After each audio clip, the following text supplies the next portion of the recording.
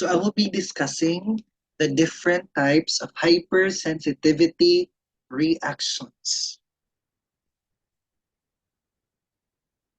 So these are the learning objectives for this video lecture. So let's define some terms before we proceed with the discussion. So we have this what we call atopy. This refers to IgE-mediated allergic reactions. Now, I'd like to put emphasis on the first phrase there, IgE-mediated, okay? Since when we talk about the Gel and Coombs classification of the different hypersensitivity reactions, we actually have so many. And some of these allergic reactions may be due to other types of antibodies, such as IgM or IgE. But in particular, when we talk about atopy, we're actually talking about or referring to the different allergic reactions mediated by the antibody IgE. So this is actually a tendency, inherited tendency to respond to naturally occurring inhaled and ingested allergens with continued production of IgE. This is a hereditary predisposition to the development of immediate hypersensitivity reactions against common environmental antigens. So when we say atopy, this is actually something to do with genetics, no? With the genes you have inherited from your parents, okay? Such that you become now more predisposed to developing hypersensitivity or allergic reactions to common environmental allergens. We have this what we call allergy. So this is an inappropriate immune response or any altered reaction to external substances. Now, once you are exposed to a certain substances that you are allergic to, your immune system responds in an exaggerated way. No? There is an inappropriate immune response, and we term that as allergy. Now, the substance triggering that inappropriate or exaggerated immune response is what we call allergen. It's a non-parasitic antigen capable of stimulating type 1 hypersensitivity reactions in allergic individuals.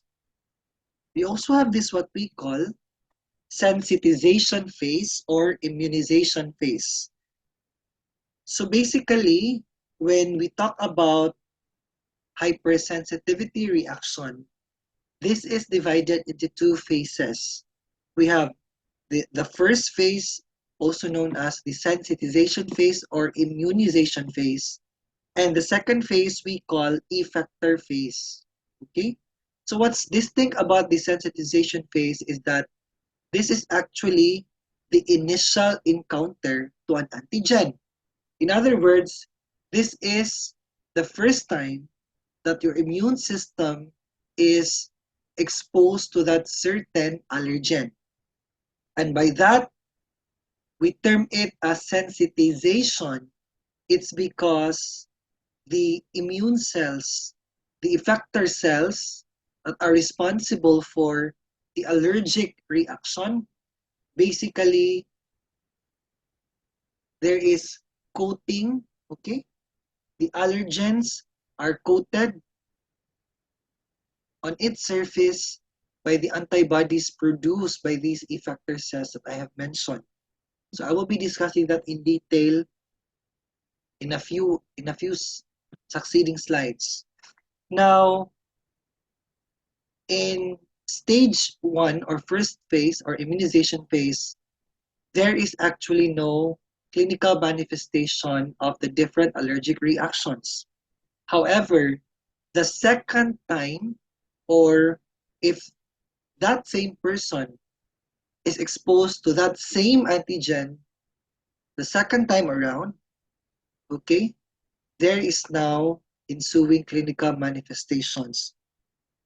or immunological response, leading now to the different symptoms manifested by patients who are allergic to the different environmental allergens. So we term that as effector phase. Again, what's the highlight in sensitization phase is that there is production of antibodies specific to that allergen, okay, triggering immunological response. The distinct event, okay, that happens during effector phase is that there is now production or release of molecules which causes, which are responsible for the different clinical manifestations of hypersensitivity reactions. So it was actually Paul and Charles who first investigated hypersensitivity reaction. So they knew they were actually curious about the problem of bathers in the Mediterranean reacting violently to the stings of Portuguese man-of-war jellyfish. So they eventually concluded that the localized reaction of the bathers was a result of the toxins in the tentacles of the Portuguese man-of-war. So they eventually coined the term anaphylaxis, okay, which in Greek is loosely translated to mean the opposite of prophylaxis to describe this exaggerated or overreaction. So eventually, Charles was awarded the Nobel Prize in Physiology or Medicine for his work on anaphylaxis. Okay, so hypersensitivity reactions in general refer to immunological responses not controlled by normal regulatory mechanisms. This is actually an exaggerated response to a harmless antigen that results in injury to the tissue, disease, or even death. Now, I want to point out that these type of reactions are actually overreactions or exaggerated reactions to a harmless antigen. Now, normally, these antigens are just environmental antigens or allergens that when your immune system is exposed to it, this causes now a dysregulated immunological response, which eventually leads to production of different substances that may cause injury to the tissue, okay, or even cause death. It may develop in the course of either humoral or cell-mediated responses. Okay. Now, according in when we base it on the Gel and Coombs classification, we actually have three hypersensitivity reaction types under humoral responses and one under cell-mediated responses. So under humoral, we have types 1, 2, and 3, and under cell-mediated, we have type 4 or delayed type hypersensitivity reaction. So I've mentioned this already, that there are four types via Gel and Coombs classification system. So type 1 is actually also known as immediate or IgE-mediated reactions. Type 2 or antibody-mediated hypersensitivity reactions. Type 3 or immune complex-mediated hypersensitivity reactions. And type 4, T-cell mediated or delayed hypersensitivity reactions. So this is a diagram showing us the summary of the different mechanisms for each hypersensitivity type. Okay, so type 1 hypersensitivity reaction actually is mediated by different cells capable of producing antibodies. Okay, so I will be discussing this in detail in the succeeding slides. Now, when there is exposure to that antigen, these cells now are capable to producing specific antibodies to that of the allergen. Now, eventually, on subsequent exposure to that same antigen, this would eventually lead to production or degranulation of different cells, no B cells, okay, basophils rather. Now, this degranulation would actually result to release of the different inflammatory and immune mediators, causing now the different clinical manifestations of your type 1 hypersensitivity reactions. Now, under type 2 hypersensitivity reactions, there are antibodies that attaches to the surface of the antigen, producing now a, an antigen now being coated, okay? A cell that is coated with IgG or IgM. Now notice that the antibodies produced in type 1 hypersensitivity reaction are actually IgE type, whereas for type 2, this basically involves IgG or the IgM type of antibodies.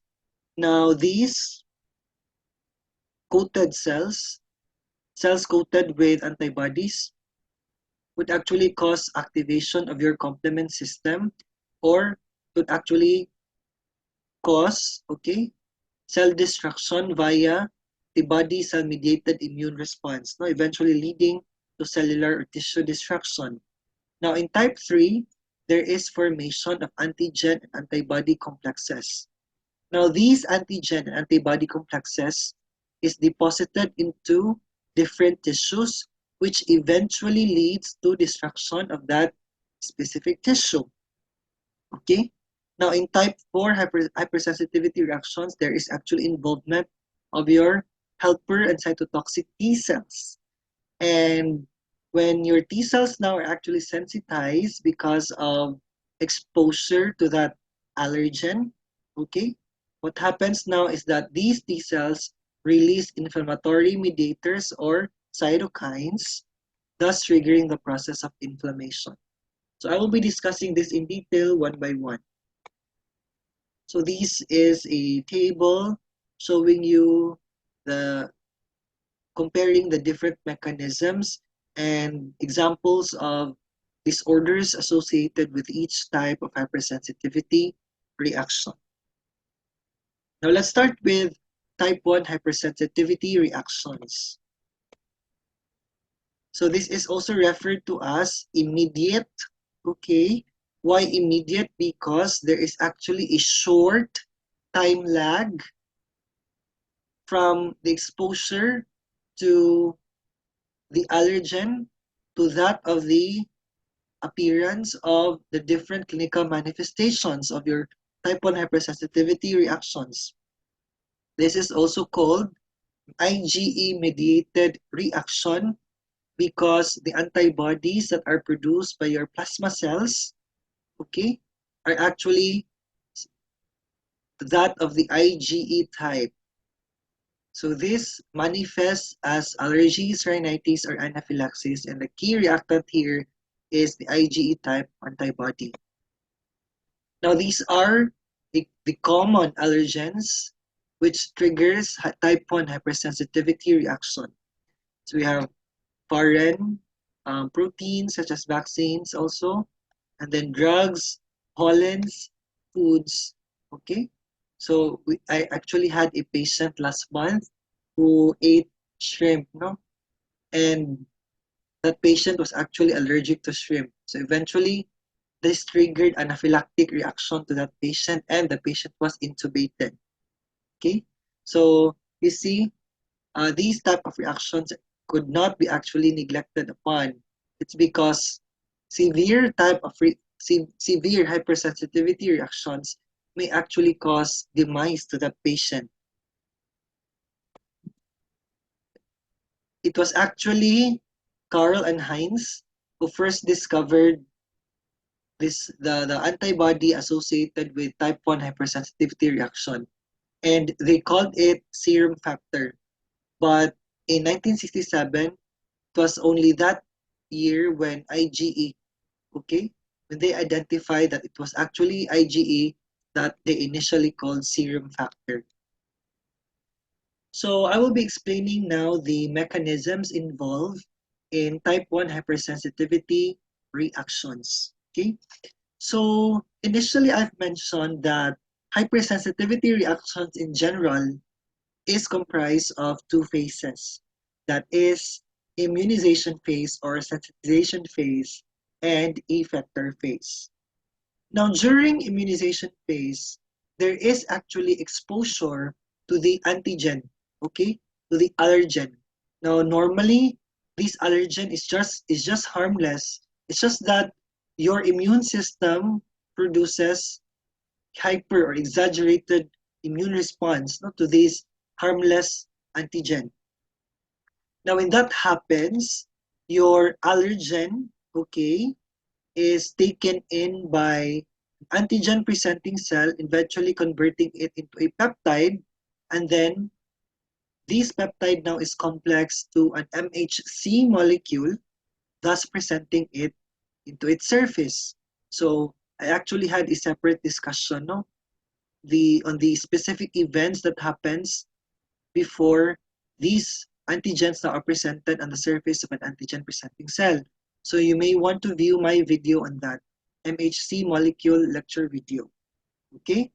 Now when the antigen now MHC complex is presented, okay, to a T cell, in this case a CD4 or T helper cell, this causes now cognate interaction between your B cell and your T helper cell, causing now production of cytokines by your CD4 cells.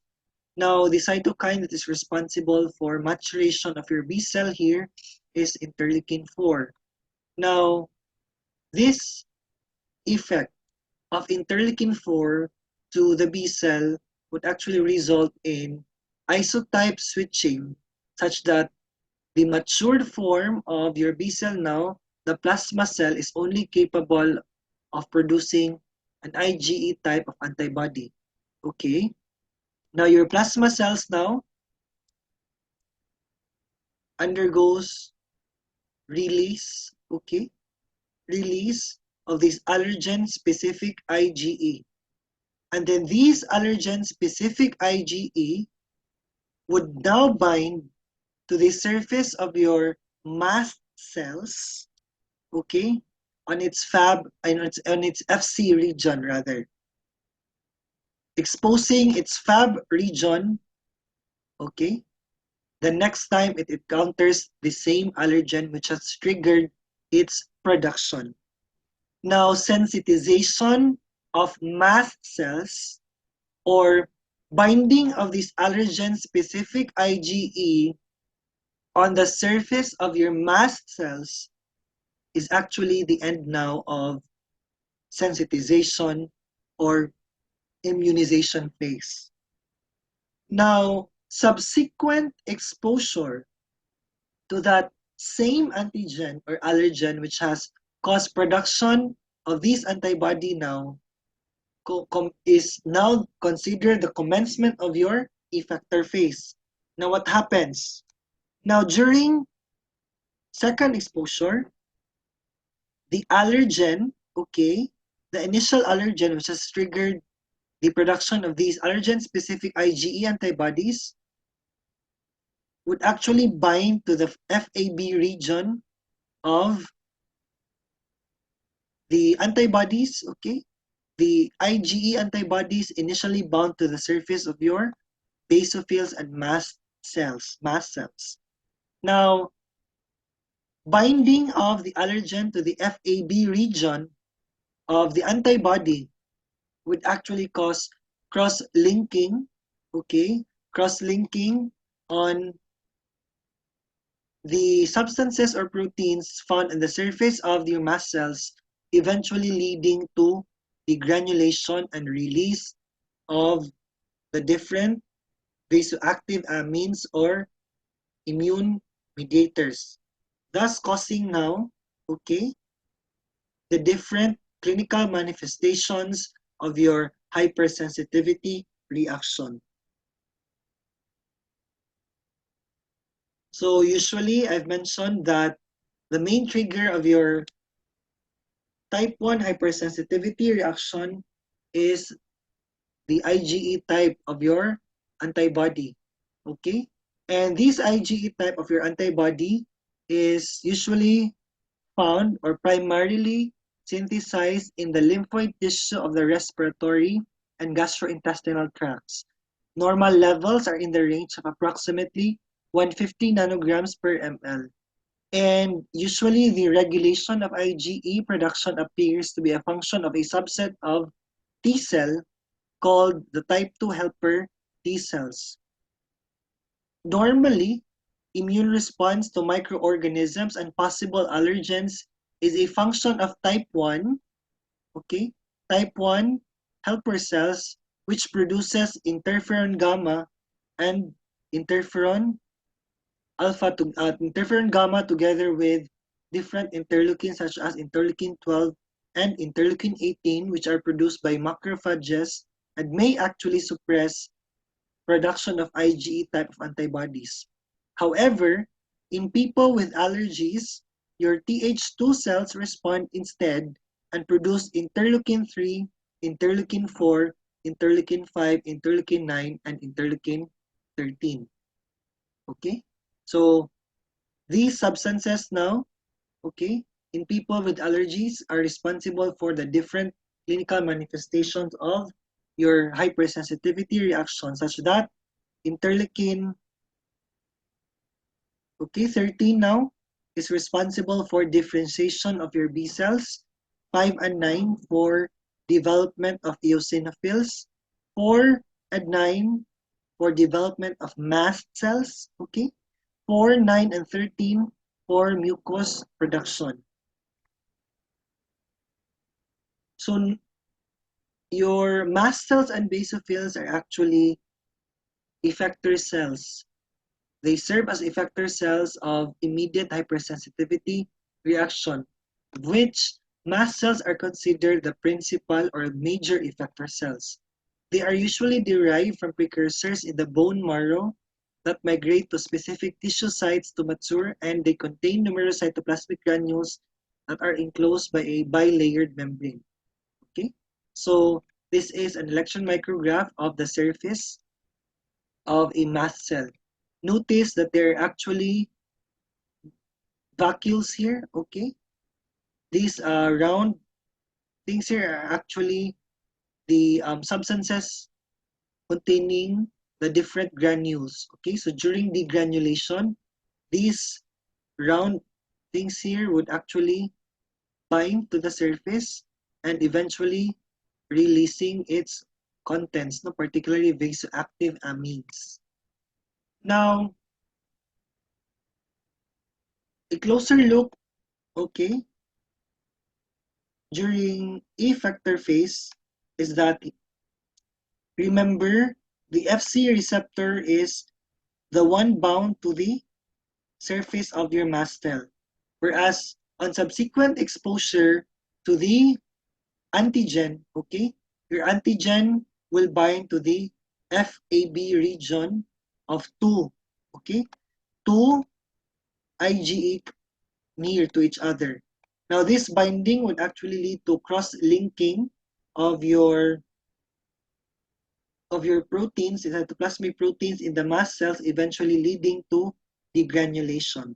So we have actually two types of your IgE receptors on the surface of your mast cells. So we have the high affinity IgE receptor and the low affinity IgE receptor. So these are the different mediators, okay, or vasoactive amines released during degranulation. So we have histamine, heparin, ECFA, neutrophil chemotactic factor, and proteases. So your histamine, okay, is a low molecular weight vasoactive amine. And your histamine actually, the effect of your histamine would actually depend on which receptors it binds to.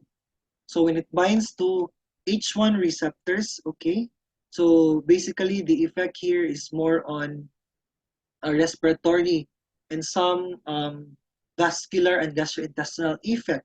Okay, so this causes contraction of smooth muscles in the bronchioles, blood vessels, and intestines, and induces pro-inflammatory activity.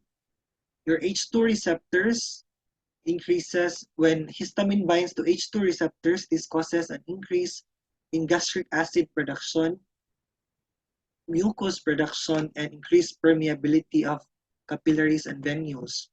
When histamine binds to H3 receptors, usually the effects are more on neurological, okay, because they are found on central and peripheral neural tissues.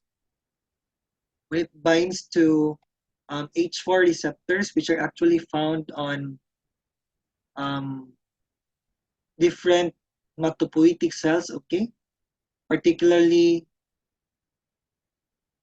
eosinophils, neutrophils, and basophils, okay.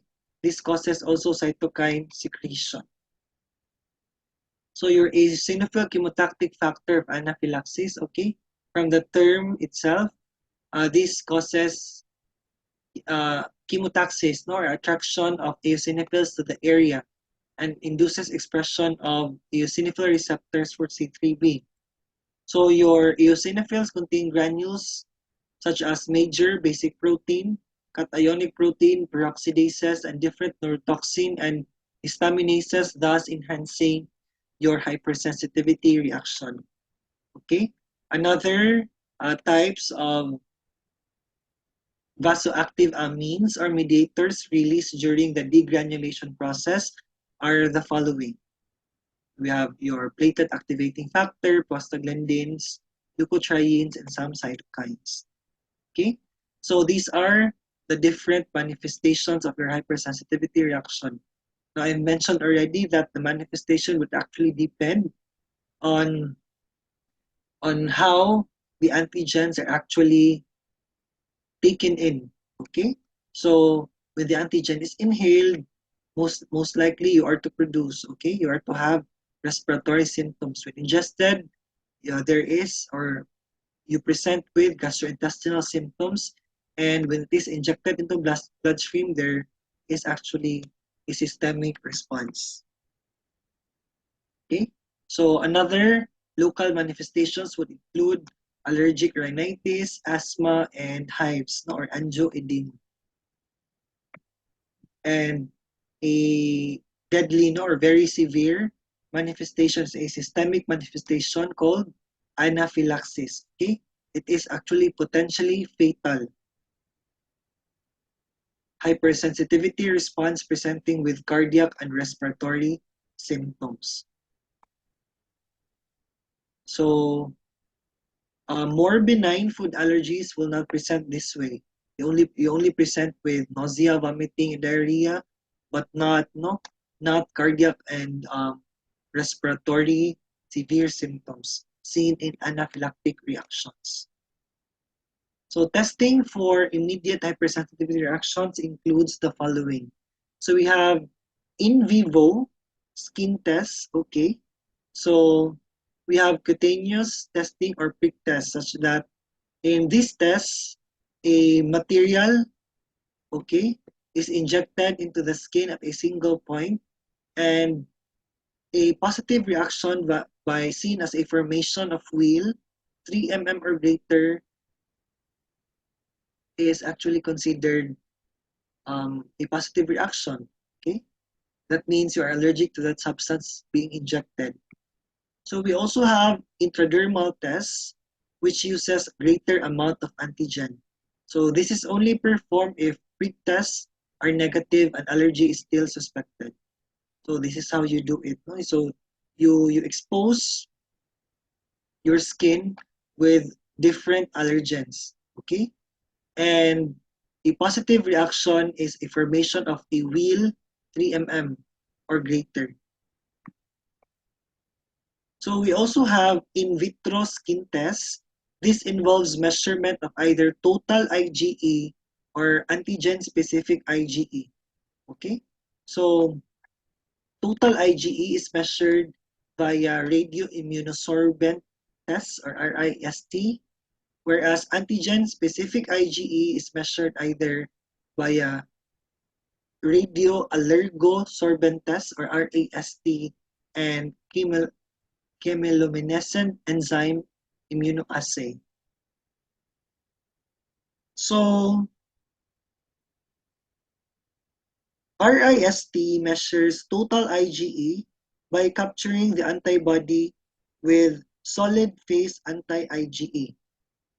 A second IgE, anti-IgE immunoglobulin with an enzyme label is used to produce a visible reaction.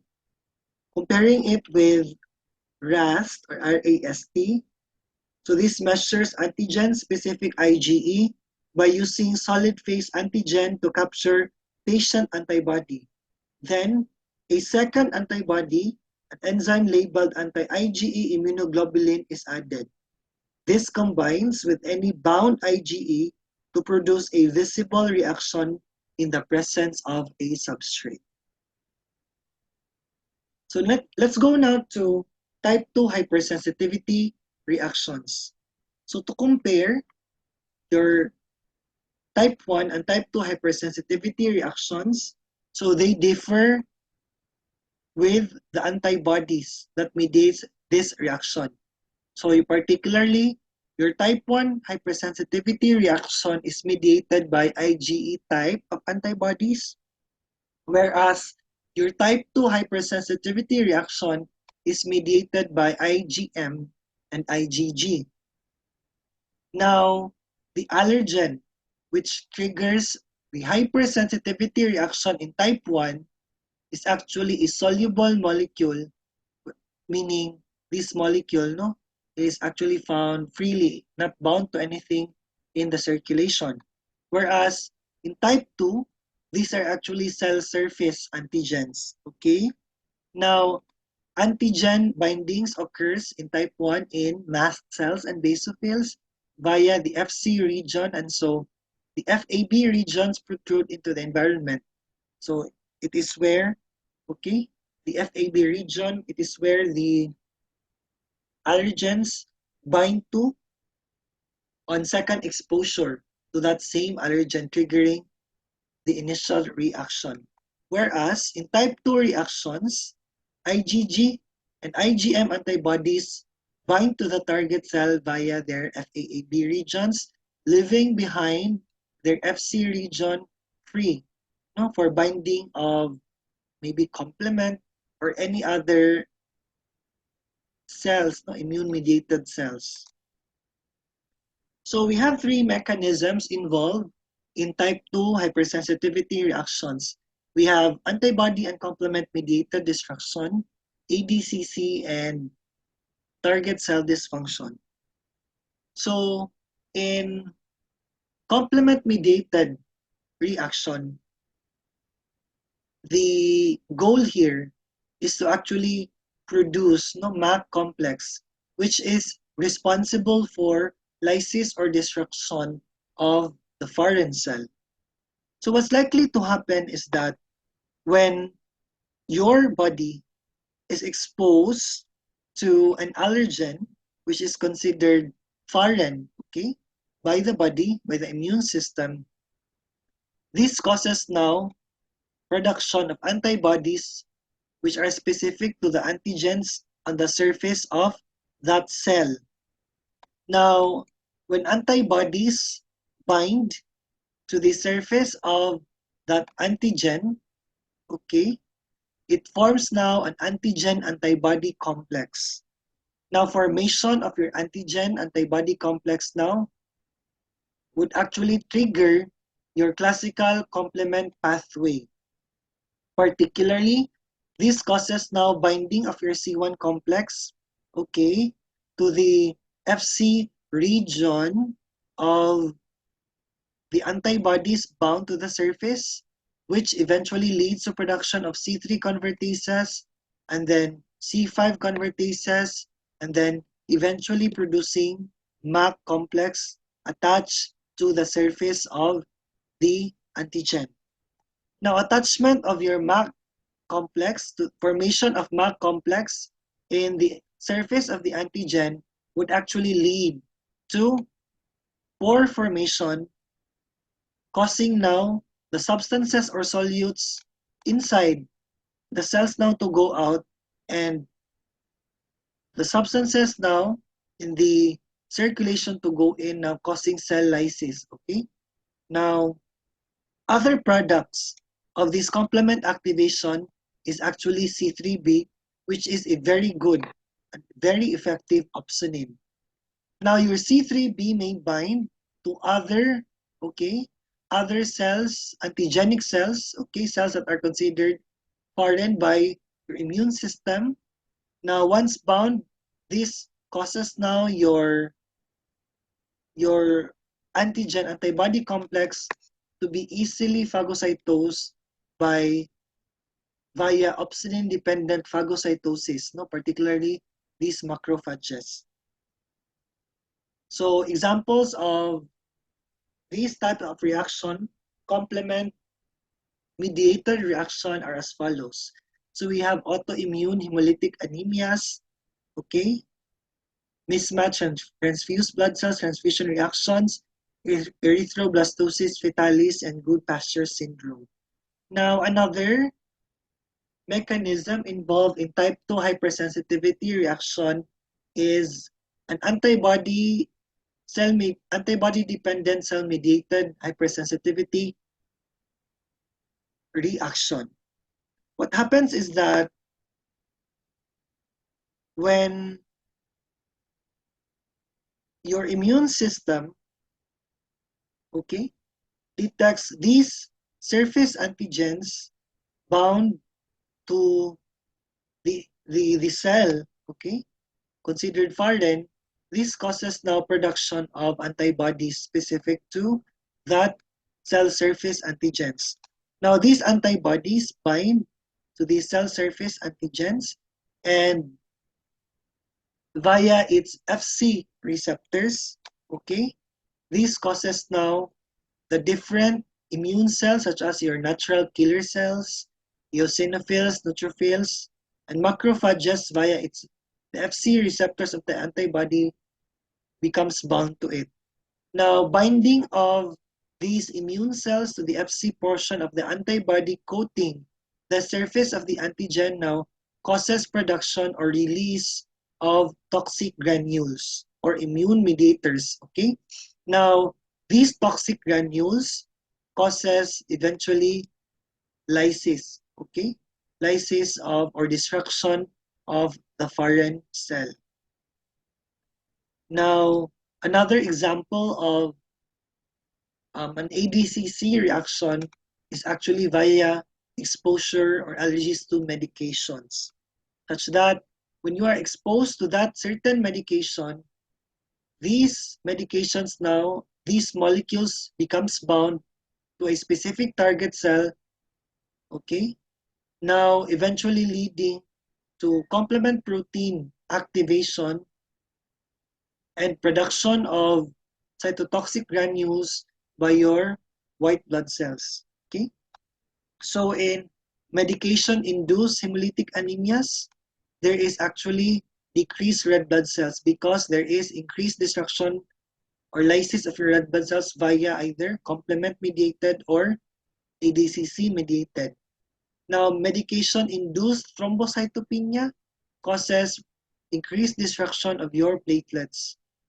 In medication-induced neutropenia, this causes now decrease, okay? Increased discussion of neutrophils, thus decreasing levels, circulating levels. Another example involved in ADCC type of reactions are transplant rejection, immune reactions against parasites, and immune reactions against neoplasms.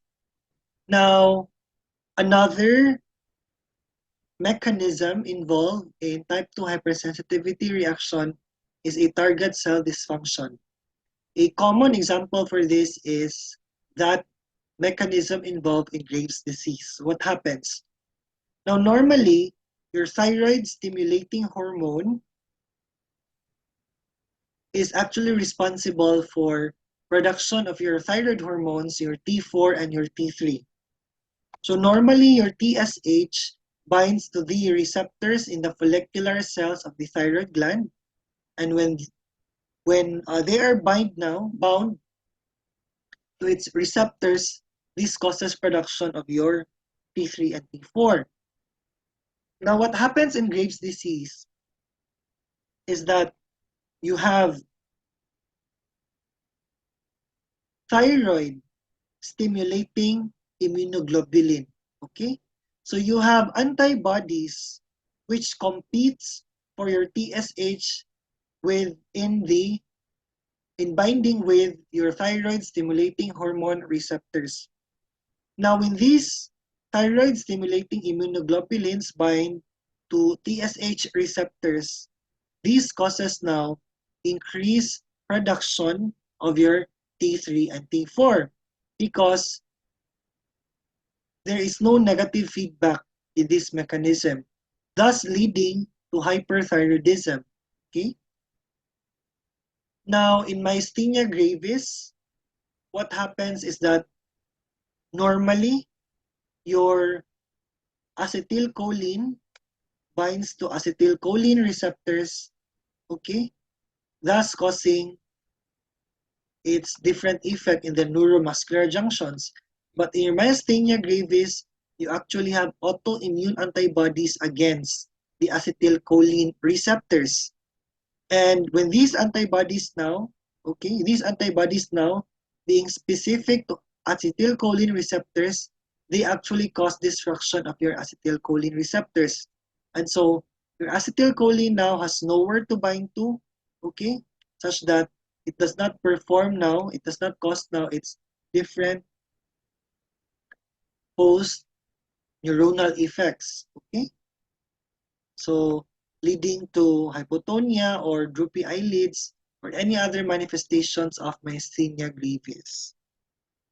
This is also seen in pernicious anemia. So normally, your parietal cells of the gastric mucosa is responsible for production of your intrinsic factor.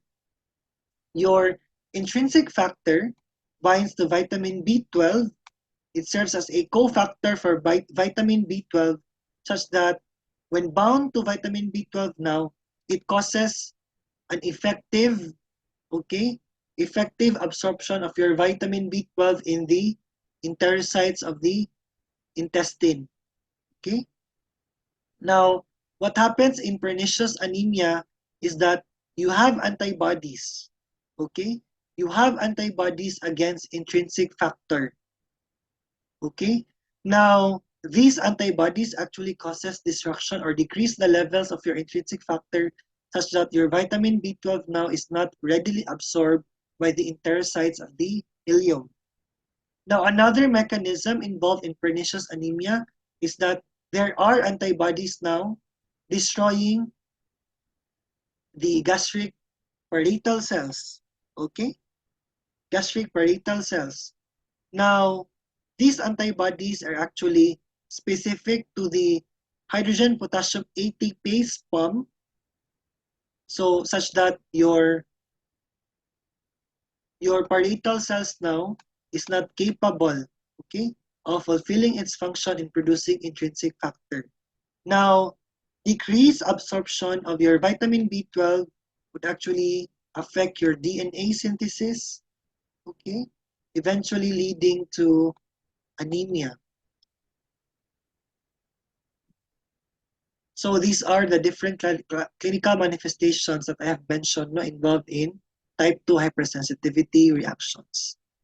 So we also have hemolytic disease of the newborn, okay, to which there is incompatibility on the Rh antigen, okay, which is absent in the mother but present in the baby.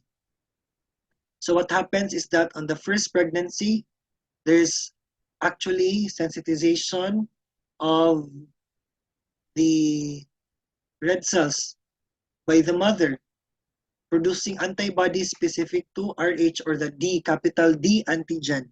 Okay? Now, on the second pregnancy, what's likely to happen is that these antibodies now would attack the cellular antigens of the baby, having the same Rh positive antigens. And so it may cause fetal demise. So autoimmune disorders that I have mentioned no, involved in type 2 hypersensitivity reaction, we have um, Goodpasture syndrome, myasthenia gravis, okay, which causes production of autoantibodies, which binds to epitopes of the acetylcholine receptor in the motor end plates of neuromuscular junctions. Okay, and we also have Graves' disease and autoimmune hemolytic anemia. Now, drug-induced reactions, I've mentioned this already. Okay, so drug molecules which are considered haptens bind to a larger molecule, and these haptens or smaller molecules of the drugs bound to the larger molecule binds to host cell surface molecule, eventually producing IgG and IgM, causing destruction of the cells. Now, the same goes with the transfusion reactions, okay? Wherein you have incompatible blood, okay? This happens when you transfuse incompatible blood to a patient. Now, this causes destruction of the red cells of transfused red cells, okay? Eventually leading to hemolysis. Now, testing for type 2 hypersensitivity reaction may include direct antiglobulin testing, wherein you actually detect the presence of antibodies to that certain antigen. And we may also do indirect Coombs test. This is usually used in cross-matching of blood to prevent a transfusion reaction. So prevention and treatment would be in blood transfusion reaction. So you check the donor and the recipient if you actually have compatible blood groups, okay? You provide immunization to prevent hemolytic disease of the newborn, and we may also opt to give immunosuppressive drugs, okay, to reduce B-cell antibody production and plasmapheresis. Now, let's discuss type 3 hypersensitivity reactions. Now, normally, what's the mechanism behind it is that there is exposure to a soluble antigen. And that soluble antigen now becomes bound to an antibody forming an immune complex. That immune complex is deposited now into the host tissues, your tissues. And this causes now activation of your complement, causing other mechanisms that may eventually lead to tissue destruction. So for example, we have here a soluble antigen which triggered production of IgG or IgM antibodies. Now, the antibodies bind to these antigens forming immune complex. Now, eventually, these immune complexes would bind, okay? Bind to the tissues. In this case, it binds into endothelial linings of the blood vessels. Now, deposition of immune complexes into the tissues would actually lead to activation of your complement system. And so, via the classical pathway. And so your C1 now, once bound, this actually triggers subsequent complement activation pathway effects, eventually leading to production of immune substances. So in this case, there is C3b production, which is a very good, very effective opsonin. And there is also byproduct of C5a production, which is an anaphylatoxin at the same time a chemotaxin. Now this causes now, okay, this causes now migration of several cells, immune cells, particularly your neutrophils, and these, when bound to the antigen complexes, because they wanted to eliminate these complexes in the process, they degranulate and release oxygen reactive species, which are actually toxic to the cells, eventually causing cell destruction, leading to tissue damage. Okay, so it may be localized as seen in Arthur's reaction. So this occurs when an antigen is injected. Okay, for example, a tetanus vaccine is injected into a skin locally, or it it may cause a localized reaction when the antigen is inhaled, no? As seen in farmer's lung and pigeon breeder disease, or when you ingest the antigen, as seen in celiac disease, or it may cause systemic hypersensitivity reaction, as seen in serum sickness, wherein in serum sickness, your cryoglobulins now, your antibodies now, binds to that antigen, causing now cyanosis or oxygen deprivation in the cells, seen as pallor or numbness. May also be seen in systemic lupus erythematosus, wherein immune complexes attaches to blood vessels causing vasculitis, or in the kidneys causing glomerulonephritis. May also be seen in rheumatoid arthritis, wherein there are actually antibodies, no, specific to that rheumatoid factor. These deposits in the joints now, causing painful or stiffening of the joints in rheumatoid arthritis. So other clinical manifestations, I've mentioned this already, no, in SLE, okay, such that when antibodies now becomes deposited in the blood vessels, it produces vasculitis, results to vasculitis, or in the kidneys resulting to glomerulonephritis, or in post-streptococcal glomerulonephritis, okay, so this occurs 1 to 3 weeks following infections with group A streptococcus, such that there is now deposition of immune complexes in the kidney leading to damage. And Arthur's reactions, okay, when you inject antigens in for example, in the skin, no? So this actually triggers a localized type 3 hypersensitivity reaction. Okay, so farmer's lung, when you inhale the antigen, and testing includes agglutination reactions, enzyme immunoassays, fluorescent staining of tissues, and measuring complement levels. Treatment includes avoidance of offending antigen, immunosuppressive, and corticosteroid therapy. So lastly, we have type 4 hypersensitivity reaction. So as a review, your type 1, type 2, and type 3 hypersensitivity reactions all involve antibodies, and so they are all humoral-mediated hypersensitivity reactions. Whereas your type 4, there is actually no involvement of antibodies. Instead, there is T cell, okay, T cell mediated, or there is a T cell mediated response, either T helper cells or T cytotoxic cells, okay? Thus the term T cell mediated. So this is the cellular mediated response, hypersensitivity reaction, not humoral, no? Okay? So the effector phase is often referred to as delayed type hypersensitivity reaction. So in contrast to that of type 1, which is considered immediate, this is actually delayed, no? Considered delayed. Why?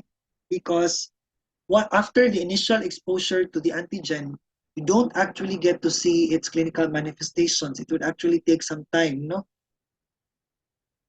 So for example, in MAN2 test, or TB skin test, or PPD testing, okay, wherein you inject a small amount of PPD tuberculin, PPD derivative tuberculin in the forearm of the patient. And after 48 to 72 hours, if that patient actually has been exposed or has the tuberculosis antigen, it would actually cause a positive reaction seen as a presence of raised or indurated lesion. This is also seen in contact dermatitis, no, in metal allergies or latex allergies. So I've mentioned this already, no, that in MAN2 testing, a positive reaction is seen after 24 to 48 hours. Okay, and I've mentioned in contact sensitivity, producing contact dermatitis. This may include allergies to nickel, rubber, formaldehyde, hair dyes, fabric finishes, cosmetics, and among others. So an example reaction is this, okay?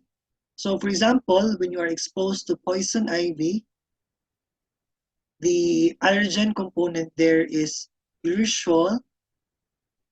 When you are exposed to it, these causes now, these are actually considered now immunogen, okay, an allergen. Now, this allergen is presented by an antigen presenting cell, okay, to a helper T cell. Now remember, before it could be presented, it has to be complex with an MHC molecule. So please view my lecture on MHC presentation, antigen presentation, for you to review the mechanisms. No? So after complexing with an MHC molecule, okay, what's likely to happen is that this is now presented on the surface and so recognized by your T helper cell. So in this case, your MHC class 2 molecule now is recognized by your T helper cell. So this causes in turn production of interleukin 12 and interleukin 6, causing differentiation or production of type 1, okay? T helper cell type 1 and T helper cell type 2. Your T helper cell type 1 produces interferon gamma and also interferon alpha and interleukin 1, which triggers your macrophages to degranulate. During this degranulation, they release reactive oxygen species causing now tissue damage. Okay? Whereas your helper T cell type 17 produces interleukin 17s, which is responsible for chemotaxis of neutrophils and some other macrophages, such that more of these cells would mean more production of reactive oxygen species, and so would mean more tissue damage. Okay? Now, we also have this what we call cytotoxic T cell mediated type 4 hypersensitivity reaction.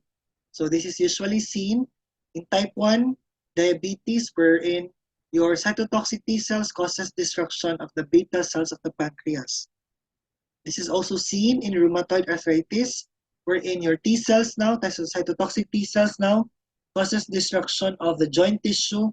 Also seen in Hashimoto's disease, wherein autoantibodies now causes destruction of type cytotoxic T cells now causes destruction of thyroid follicular cells and also seen in graft rejection. Okay, so that's all. Thank you very much for listening.